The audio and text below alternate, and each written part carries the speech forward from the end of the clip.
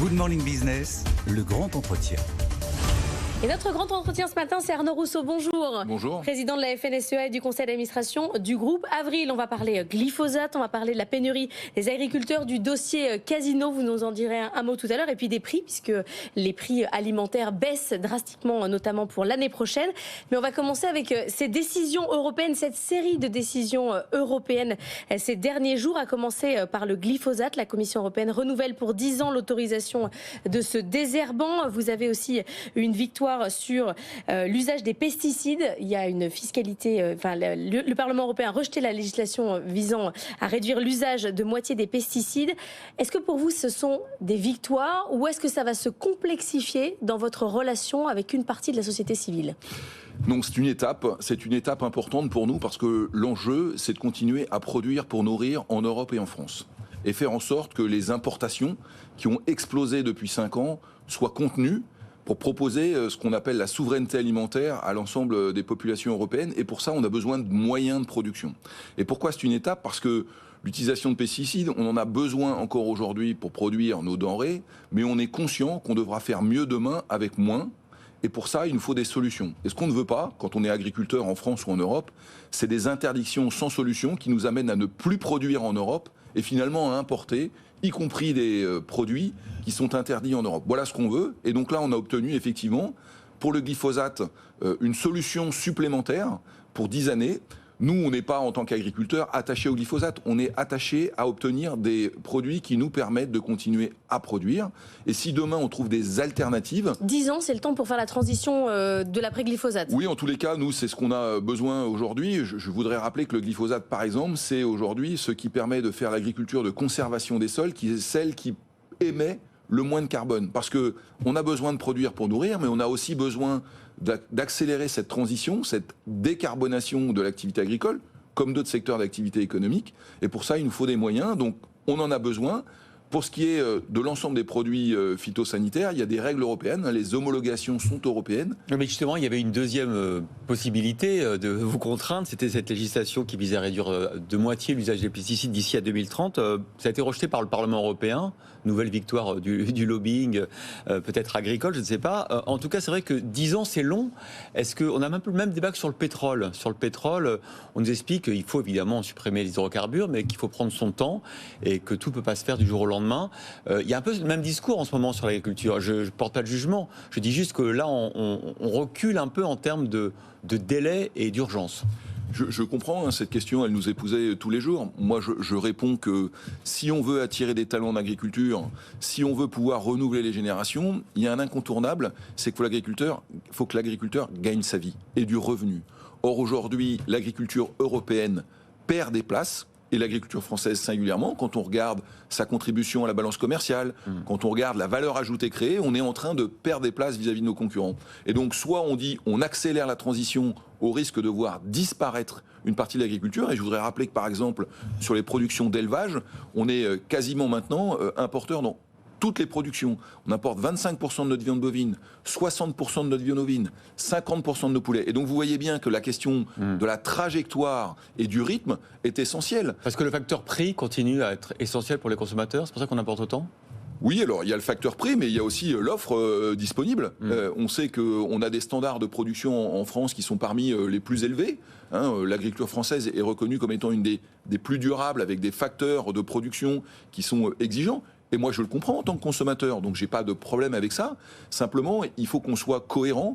Si on veut des standards élevés, si on veut travailler sur le moindre impact sur l'environnement, si on veut attirer des générations, alors il faut aussi qu'on ait du prix et du revenu.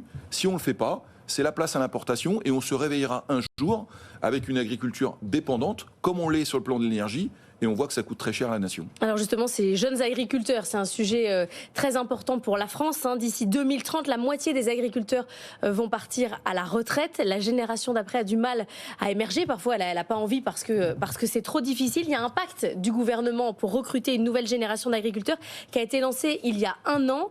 Là, aujourd'hui, on en est où ?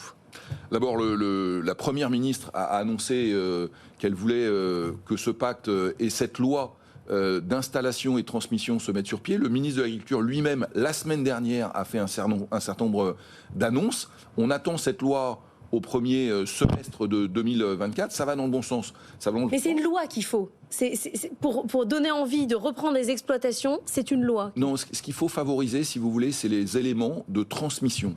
Par exemple, en agriculture, on n'a pas de pacte du treil qui favorise la transmission des parts des exploitations. Ça n'existe pas en agriculture. Donc on a besoin d'un certain nombre de moyens. On a besoin d'être aidé sur le portage du foncier, de la terre agricole, pour mobiliser les capitaux disponibles sur le cycle d'exploitation, sur le financement du cycle d'exploitation. Et donc tous ces éléments, ils nécessitent qu'on fasse évoluer le cadre.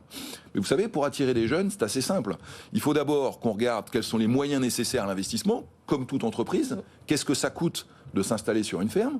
Ensuite, le monde agricole, c'est la classe socio-professionnelle qui travaille le plus par semaine. C'est 55 heures en moyenne et plutôt 60 heures dans l'élevage. Alors que la durée légale du travail, c'est 35 heures. Donc on travaille sensiblement plus en agriculture. Et puis enfin, les revenus sont faibles à modérés en fonction du secteur et du territoire. Vous donc nous faites voyez cette équation rêver, là, pour l'évocation. Vous avez compris pourquoi. Ouais. Pour nous, l'enjeu, c'est de donner de la vision, de la visibilité. Et pour ça, on a besoin d'un discours politique très clair, d'un cadre européen qui favorise ça.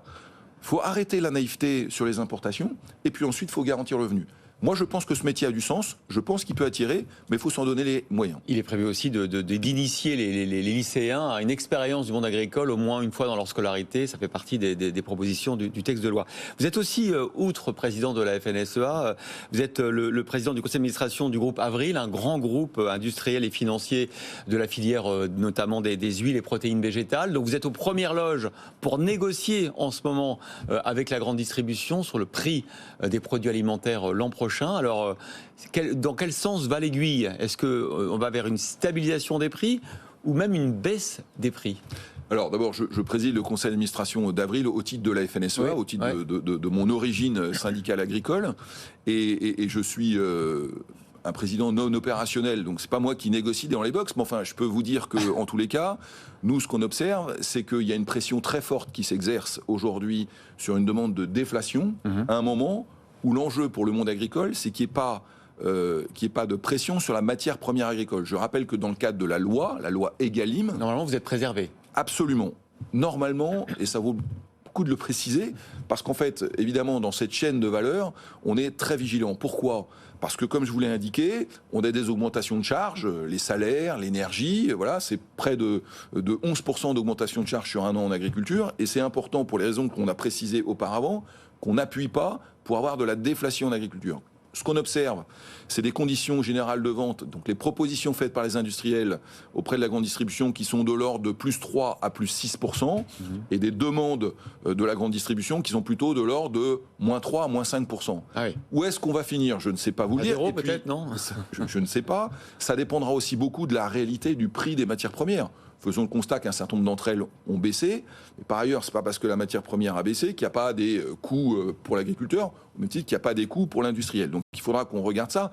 Moi, je pense que ce qui est important, c'est de donner le signe que l'inflation est en train de s'arrêter, en train de se tasser. En revanche, faire croire qu'on reviendra au prix d'avant et qu'on va retrouver les prix d'avant ne me paraît pas sérieux. Désinflation n'est pas déflation, c'est pas la même Absolument. chose. Un mot du dossier Casino, parce que pendant ce temps-là, c'est le Big Bang du côté de la grande distribution. La marque Casino va probablement disparaître. Il y a ces ventes de magasins, mais ça c'est moins votre sujet. Derrière, il y a quand même deux acteurs majeurs, Intermarché et Auchan, qui a annoncé un rapprochement qui pourrait mener à créer une grande centrale d'achat, tellement grande qu'elle aurait 30% des parts de marché.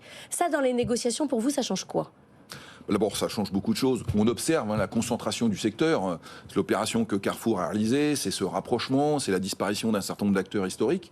Donc pour nous, c'est une préoccupation, peut-être pas une menace, c'est aussi peut-être une opportunité qu'à un moment, cette guerre entre les différents opérateurs permette aussi de prendre la hauteur sur la nécessité de conserver de la production. Parce que je sais aussi que pour un certain nombre de grandes surfaces, la question du sourcing et de l'alimentation permanente est un sujet.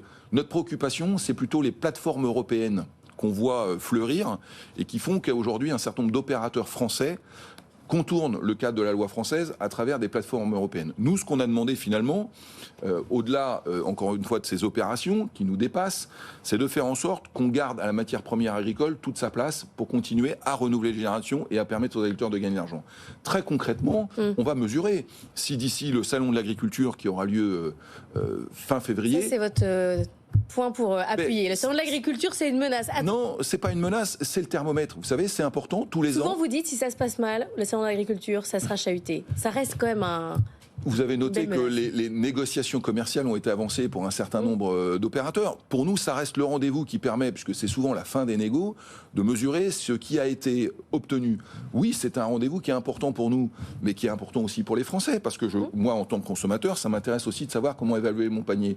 Moi, ce qui compte, au-delà de ces rapprochements qui sont massifs, c'est qu'en gros, on va plus avoir que 3 ou 4 opérateurs, un peu plus de 15 000 entreprises de l'agroalimentaire et 400 000 agriculteurs. Et donc vous voyez que dans ce rapport de force, moi ce qui me préoccupe, c'est comment on garde de la valeur dans le maillon de la production. Comme on dit dans l'agriculture, c'est à la fin de la foire qu'on compte les bouses. Et donc Là, on ça verra... peut même être au début. Ouais. Non, mais vous avez Non, mais compris que la foire, c'est le salon de l'agriculture, absolument, Voilà. à la fin de la foire. Merci beaucoup Arnaud Rousseau, président de la FNSEA et du conseil d'administration du groupe Avril.